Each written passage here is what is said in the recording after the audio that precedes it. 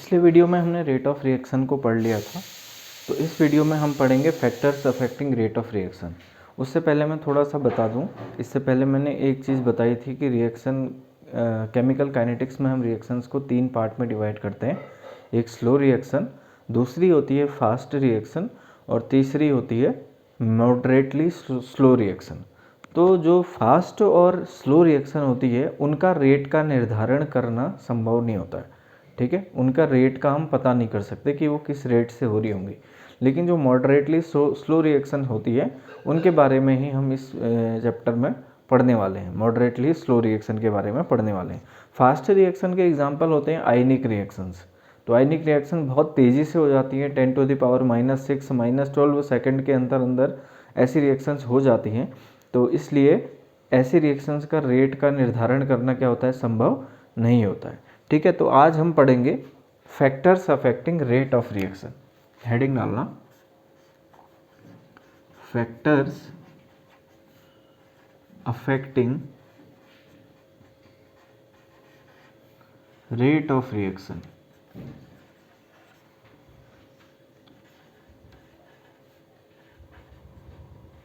तो कौन कौन से ऐसे फैक्टर हैं जो रेट ऑफ रिएक्शन को अफेक्ट करते हैं, ठीक है। तो सबसे पहला जो फैक्टर आता है वो आता है नेचर ऑफ द रिएक्टेंट, ठीक है। सबसे पहला जो फैक्टर आता है वो आता है नेचर ऑफ द रिएक्टेंट। तो इसमें हम वही लिख सकते हैं, इसमें खुद ही हमको लिखना पड़ेगा। नेचर ऑफ द रिएक्टेंट में हमको खुद ही लिखना पड़ेगा कि अगर आयनिक रिएक्टेंट्स अगर होंगे, रिएक्ट कर रहे होंगे, आयनिक कंपाउंड्स रिएक्ट कर रहे होंगे, तो उसमें जो रेट ऑफ रिएक्शन होगी वो तेज़ होगी, और अगर कोवेलेंट कंपाउंड्स होंगे तो उसमें रेट ऑफ रिएक्शन क्या होगी, थोड़ा सा स्लो होगी या फिर मॉडरेटली स्लो रिएक्शन होगी, ठीक है। तो ये खुद ही लिखना होगा नेचर ऑफ द रिएक्टेंट में, ठीक है। नंबर 2 लिखते हैं हम टेम्परेचर। नंबर 2 है टेम्परेचर।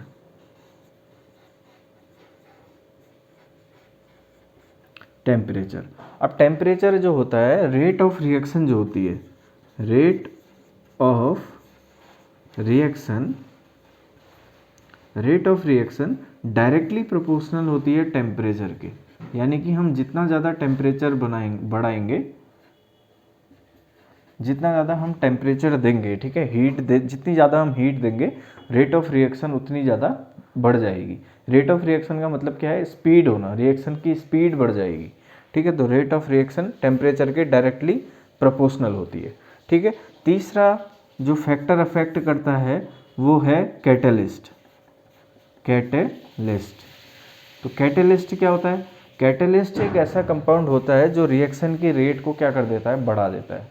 रिएक्शन की रेट को क्या कर देता है, बढ़ा देता है। तो कैटेलिस्ट भी क्या करता है, रिएक्शन की रेट को बढ़ाने का काम करता है। रिएक्शन का जो टाइम पीरियड है उसको घटा देगा, ठीक है। रिएक्शन की जो टाइम पीरियड है, अगर कोई रिएक्शन सपोज 30 मिनट में हो रही थी, सपोज कोई रिएक्शन कितने मिनट में हो रही थी, 30 मिनट में रिएक्शन हो रही थी, तो अगर कैटेलिस्ट उसमें मिला दिया तो कैटेलिस्ट क्या करेगा, उसको टाइम को घटाकर, उसके टाइम को घटाकर 10 मिनट कर देगा, ठीक है। तो ऐसा काम करता है कैटेलिस्ट। तो रेट ऑफ रिएक्शन जो है कैटेलिस्ट के भी डायरेक्टली प्रोपोर्शनल हो जाएगी एक तरीके से। तो हम इसको ऐसे भी लिख सकते हैं कि catalyst increases rate of reaction, ठीक है। तो ये हमने 3 फैक्टर पढ़े हैं। देखते हैं इसके बाद चौथा फैक्टर कौन सा है। चौथा फैक्टर है कंसंट्रेशन ऑफ द रिएक्टेंट, ठीक है। कंसंट्रेशन ऑफ द रिएक्टेंट,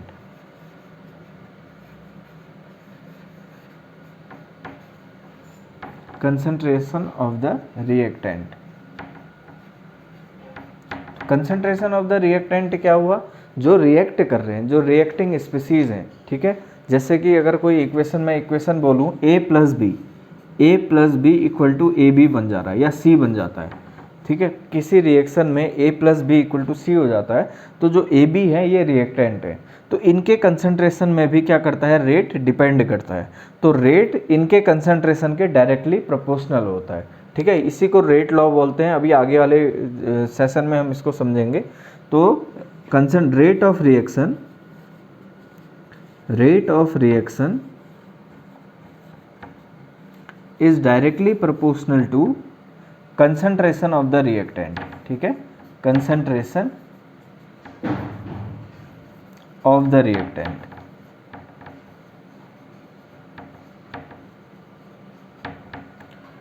तो ये 4 फैक्टर हमको याद रखने हैं, ठीक है। एग्जाम में आएंगे 4 फैक्टर, ये 4 के 4 फैक्टर याद रखने होंगे। एक फैक्टर और 2 फैक्टर और बचते हैं वैसे, सरफेस एरिया, ठीक है। मैं यहाँ पर पे लिख देता हूँ, चलो यहीं पर पे लिख देता हूँ। फिफ्थ जो बचता है वो है सरफेस एरिया। तो रेट ऑफ रिएक्शन जो है सॉलिड स्टेट में अगर कभी हम करवा रहे होंगे तो वो सरफेस एरिया के भी डायरेक्टली प्रोपोर्शनल होती है। तो rate of reaction is directly proportional to surface area, ठीक है। जितना ज़्यादा सरफेस एरिया होगा उतनी ज़्यादा क्या होगी, उतनी तेज़ स्पीड में रिएक्शन होगी, या फिर रेट ऑफ रिएक्शन उतना ज़्यादा होगा, ठीक है। तो रेट ऑफ रिएक्शन ये हमने पढ़ ली। हमने फैक्टर्स पढ़े, क्या क्या पढ़े, temperature, catalyst, concentration of the reactant, nature of the reactant और सरफेस एरिया। तो ये 5 फैक्टर याद रखना। 2 नंबर का क्वेश्चन एग्जाम में आएगा कि what are the factors affecting rate of reaction. तो इसमें ये 5 के 5 पॉइंट याद रखना, ठीक है। तो अब हम आगे बढ़ते हैं। अगला है हमारा लॉ ऑफ मास एक्शन, ठीक है। लॉ ऑफ मास एक्शन के बारे में हम पढ़ेंगे, ठीक है। तो लॉ ऑफ मास एक्शन के बारे में पढ़ते हैं। एक बार मैं इसको मिटा लूँ।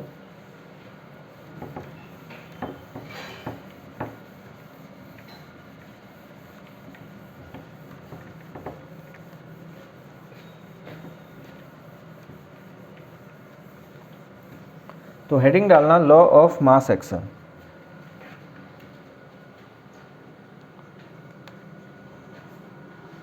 Law of mass action, law of mass action, ठीक है। तो लॉ ऑफ मास एक्शन के बारे में हम पढ़ रहे हैं। तो सबसे पहले इसकी डेफिनेशन बताता हूँ लॉ ऑफ मास एक्शन की, ठीक है। Law of mass action is nothing but the quantitative relationship between the rate of reaction and the molar concentration of the reacting substance. तो लॉ ऑफ मास एक्शन क्या है? Law of mass action is relationship between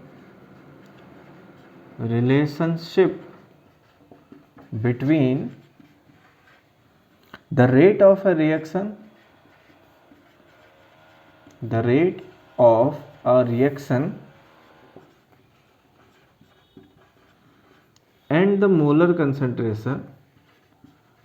and the molar concentration of the reacting substance.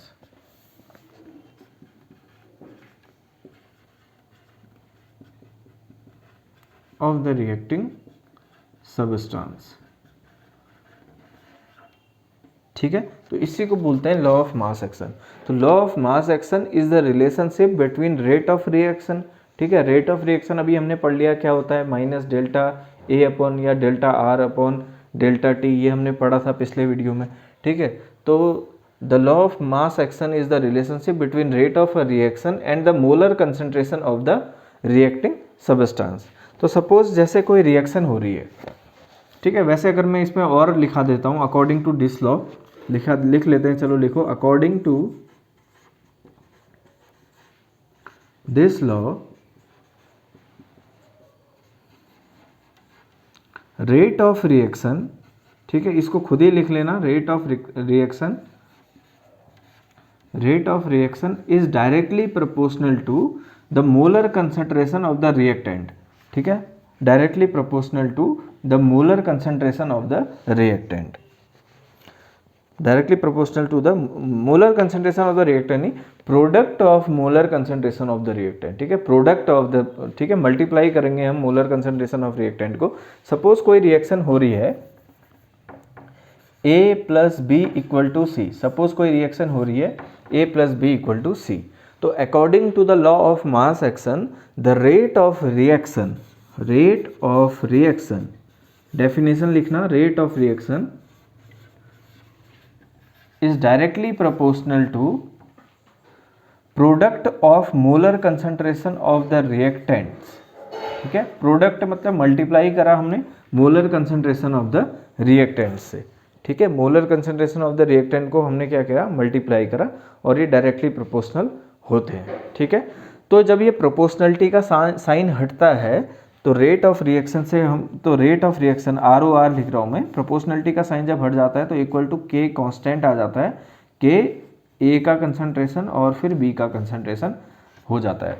तो इसमें जो के होता है, इस के को बोलते हैं रेट कांस्टेंट। के को क्या बोलते हैं? Rate constant. Rate constant. तो ये है लॉ ऑफ मास एक्शन। तो law of mass action clear हो गया होगा। According to this law, the rate of the reaction is directly proportional to the product of molar concentration of the reactant. ये इसकी definition है। ठीक है, definition खुद से लिखना, मैं यहाँ पर लिखा नहीं रहा हूँ। ठीक है, और ये होता क्या है? The relationship between rate of reaction and the molar concentration of the reacting substance is known as law of mass action. तो law of mass action clear हो गया होगा। अब बढ़ते हैं आगे। अब हम बात करते हैं रेट कांस्टेंट की। ठीक है, अब हम बात करते हैं किसकी? रेट कांस्टेंट की। तो हेडिंग डालना rate constant.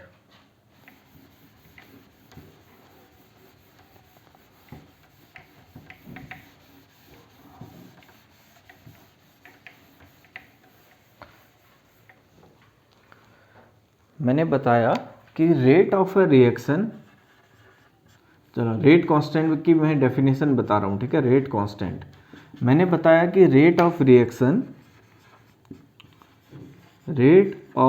Reaction is directly proportional to the product of molar concentration of the reactants. ठीक है, इसको लॉ ऑफ मास एक्शन बोलते हैं। ठीक है, और रेट इक्वल टू हमारा क्या हो जाएगा? के ए बी। तो अगर मैं ये ए और बी की जगह 1 1 रख दूं तो के की वैल्यू इस रेट ऑफ रिएक्शन के बराबर हो जाएगी ना। अगर 1 इसकी जगह भी 1 रख दूं, ए की जगह 1 और बी की जगह भी 1 होगा, तो रेट क्या हो जाएगा? के बराबर हो जाएगा। तो rate constant is a rate of reaction when the molar concentration of the reacting species is unity. बस यही हो जाएगी डेफिनेशन किसकी? रेट कांस्टेंट की। तो rate constant is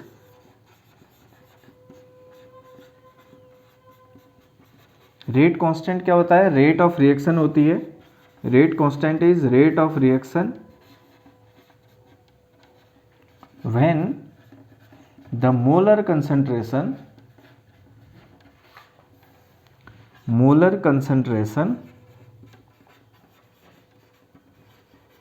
is unity.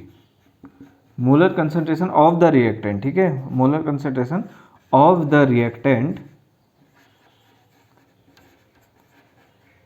Is unity. तो इसको बोलते हैं रेट कांस्टेंट। तो यहाँ पर से रेट कांस्टेंट भी क्लियर हो गया होगा। ठीक है, रेट कांस्टेंट यहाँ पर से क्लियर हुआ होगा। अब मैं थोड़ा सा आगे बढ़ के रेट लॉ के बारे में बताता हूँ, रेट लॉ एक्सप्रेशन के बारे में बताता हूँ। रेट लॉ एक्सप्रेशन, हेडिंग डालना रेट लॉ। यहाँ पर से बहुत इंपॉर्टेंट चीज़ की शुरू हो रही है। अभी तक तो जो था इजी चल रहा था, अब जो शुरू हो रही है ये थोड़ा सा इम्पोर्टेंट है।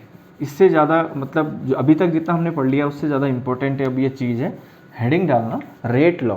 रेट लॉ या फिर रेट एक्सप्रेशन इसको हम बोलते हैं। रेट लॉ या फिर हम इसको बोलते हैं क्या? Rate expression. रेट एक्सप्रेशन हम इसको बोलते हैं। ठीक है, रेट एक्सप्रेशन इसको बोलते हैं। सपोज कोई रिएक्शन हो रही होगी ए, ठीक है, ए यहाँ पर स्टोकियोमेट्रिक कोफिशिएंट है ए का। ठीक है, प्लस बी स्मॉल बी भी। ठीक है, बी यहाँ पर स्टोकियोमेट्रिक कोफिशिएंट बी का है, इक्वल टू हमारा बन रहा है सी प्लस डी। सपोज ये कोई रिएक्शन हो रही है A plus B equal to C plus D. ठीक है, ये अगर कोई रिएक्शन हो रही है तो जो रेट होगा हमारा अकॉर्डिंग टू दिस लॉ, जो रेट होगा जो हमारा वो होगा directly proportional concentration of the ए और कंसंट्रेशन ऑफ द बी। ये तो हमको पता है, लेकिन इसमें क्या लगती है? एक पावर लग जाती है। ठीक है, यहाँ पर पावर x हो जाएगी और यहाँ पर पे पावर क्या हो जाएगी? y हो जाएगी। ठीक है, यहाँ पर पावर लगती है x और y। ये x और y की वैल्यू स्टोकियोमेट्रिक कोफिशिएंट के बराबर हो भी सकती है और नहीं भी हो सकती है। ठीक है, ये x और y जो यहाँ पर पे लिखे हैं इसकी वैल्यू क्या होती है? या तो स्टोकियोमेट्रिक कोफिशिएंट के बराबर होगी या नहीं भी होगी, नहीं भी हो सकती है। ठीक है, तो यहाँ पर पे रेट इक्वल टू हमारा क्या आ जाएगा? रेट इक्वल टू हमारा हो जाएगा के। ठीक है, प्रोपोर्शनलिटी का साइन हटता है तो कांस्टेंट आता है के, ए की पावर एक्स और बी की पावर वाई। ठीक है, तो इतना हो जाएगा। ये तो हमने थोड़ा बहुत पहले भी पढ़ा, तो इससे हो गया, ठीक है। तो रेट को हम कैसे लिखते हैं, dx अपॉन dt के रूप में लिखते हैं, ठीक है। तो इसको मैं dx minus dx upon dt लिख सकता हूँ, क्योंकि रिएक्टेंट की बात करता हूँ तो रिएक्टेंट में हम क्या लेते हैं, माइनस साइन लेते हैं। तो माइनस dx अपॉन dt, या dx अपॉन dt भी ना लेके मैं अगर इसको लेता हूँ dr, ठीक है। r मतलब रिएक्टेंट, r मतलब रिएक्टेंट वाला, ठीक है। माइनस ये इक्वल टू हो जाएगा k a की पावर x और b की पावर y, ठीक है। तो मैं अब डेफिनेशन बताता हूँ रेट लॉ के। दस rate law is a expression in which reaction rate is given, ठीक है। लिखना मैं बोल दे रहा हूँ। Rate law is an expression in which reaction rate is given in terms of molar concentration of the reactant with each term raised to some power, which is each term raised to some power which may or may not be equal to stoichiometric coefficient of the reacting species in balanced chemical equation, ठीक है। तो rate law क्या होता है, rate law is a expression which tells about the relationship between molar concentration of the reactant, ठीक है। With each term the power is raised, some power is raised, and the power can be equal to the stoichiometric coefficient or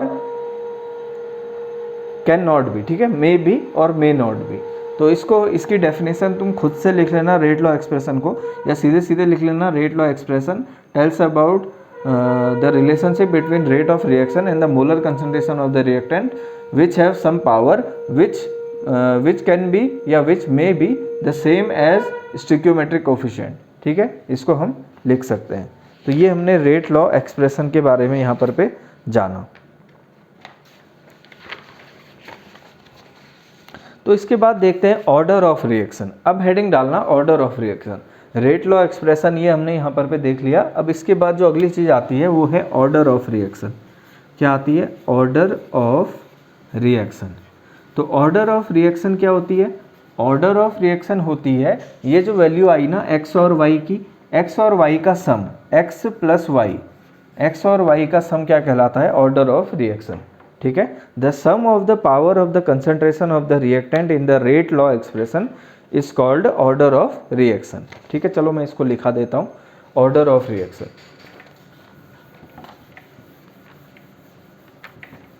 order of reaction,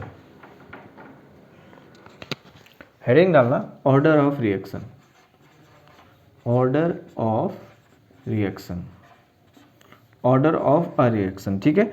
तो rate law हमारा क्या होता है, rate equal to होता है के, rate equal to K A की power X B की पावर वाई, ठीक है।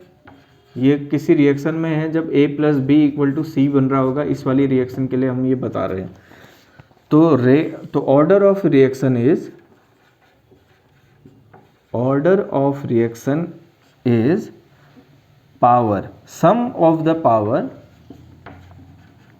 Sum of the power of the concentration of the reactant in the rate law expression, rate law expression. तो rate law expression मैंने अभी बताया क्या होता है रेट लॉ एक्सप्रेशन, ये है rate equal to K A की पावर एक्स बी की पावर वाई। तो ऑर्डर ऑफ रिएक्शन क्या होती है, sum of the power of the concentration of the reactant, ठीक है। तो x प्लस वाई हमारा क्या हो जाता है, ऑर्डर हो जाता है। तो रिएक्शंस को ऑर्डर के आधार पे हम कई पार्ट में बांट सकते हैं, जैसे कि जीरो ऑर्डर रिएक्शन, ठीक है, जीरो ऑर्डर रिएक्शन। उसके बाद हम कह सकते हैं कि फर्स्ट ऑर्डर रिएक्शन, उसके बाद second order reaction, third order reaction, even हम इसको फ्रैक्शन में भी ले सकते हैं, ठीक है। फ्रैक्शन में भी हम ऑर्डर ऑफ रिएक्शन को ले सकते हैं। तो ये हमने ऑर्डर ऑफ रिएक्शन के बारे में पढ़ लिया।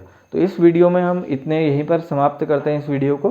तो ऑर्डर ऑफ रिएक्शन तक का जितना भी मैंने बताया है इसको क्लियर करना, वीडियो को एक दो बार देखना, तो ये चीज़ें क्लियर हो जाएंगी। आगे आने वाले वीडियो में हम थोड़ा सा और पढ़ेंगे, इंटीग्रेटेड रेट लॉ इक्वेशन के बारे में पढ़ेंगे। तो इस वीडियो में इतना ही।